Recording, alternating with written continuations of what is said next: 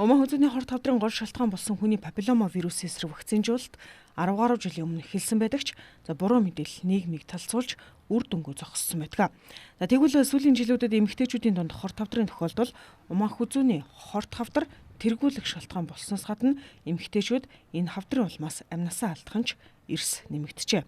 Гэтэл энэ хорт хавдраас сэргийлэх ганц боломж бол үүсгэгчээс нь сэргийлэх вакцинд хамрагдах явдал юм а.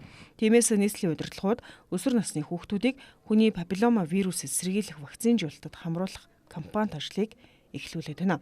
Энэ ажил өнөөдөр Баянгол дүүргийн эрүүл мэндийн төвөөс эхэллээ.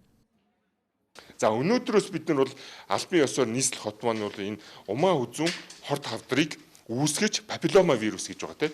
Папиллома вирус нь өөрөө бараг 1970 онд ерөндөг буюу вакцин гарцсан.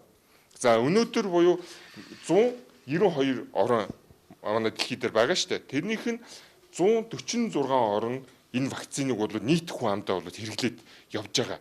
Тийм ээ. Өөрөөр хэлэх юм бол нийт дэлхийн 75% нь тийм энэ вакциныг бол нийт хүн амдаа хэрэглээд явж байгаа. Манай Монгол улс ч гэсэн хэрэглээ явж байгаа. Тэгээд үүнийхээ хүрээнд энэ умаа хүзүүн хорт хавдар гэдэг зүйлийг бараг тэг рүү авчирсан. Тэгсэн чинь манай Монгол улсыг яаж ийнэ гэсэн чинь тэргүүлэх зэргийн хавдар ингээд албан ёсоор 3-т ороод ирлээ. Энэ дээр ямар арга хэмжээ авч ийнэ гэх юм бол мэдээж бол бид нэр 11 настай хүүгүүд, охтуудыг бүгднийг вакцинд хамруулах ажлыг бол ингээд албан ёсоор бид ингээд хийгээд эхэлж байна. Энэ юу гэх юм бол өнгөрсөн жилүүдэд бид энэ вакциныг хийж явж исэн ч гэсэн хангалттай байгаагүй.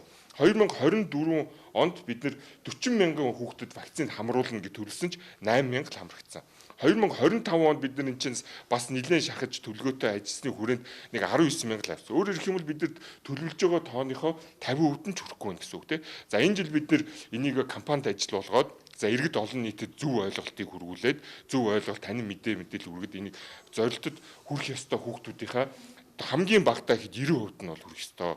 Дэлхийн эрүүл мэндийн байгууллагаас бол 90-70-90 гэдэг хөтөлбөрийг бол хэрэгжүүлээд явж байгаа. Энэ нь яг илрүүлэлт, урьдчилан сэргийлэлт, тэгээд тэдний урьдчилан илрүүлсэн өвчтнүүдийнхээ бас нэг эмчилгээний ийм хөтөлбөрийг бол бид бүх дүүргийнхээ өрхийн эмнэлэг, эрүүл мэндийн төв гэх нэгдсэн эмнэлгүүдээр бид бүх энэ хөтөлбөрийг бол хэрэгжүүлээд явж байгаа.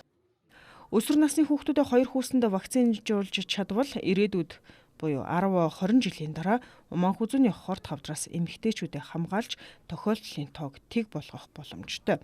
Тиймээс иргэд шинжлэх ухааны нотлохотой баталгаатай үйлдвэрээс нийлүүлж олон улсын байгууллагын олон шатны судалгаа шалгалт дүгнэлтийг давсан вакцинжуулалтад өсвөр насны хүүхдүүдэд идэвхтэй хамруулахыг нийслэлийн удирдлагууд уриаллаа.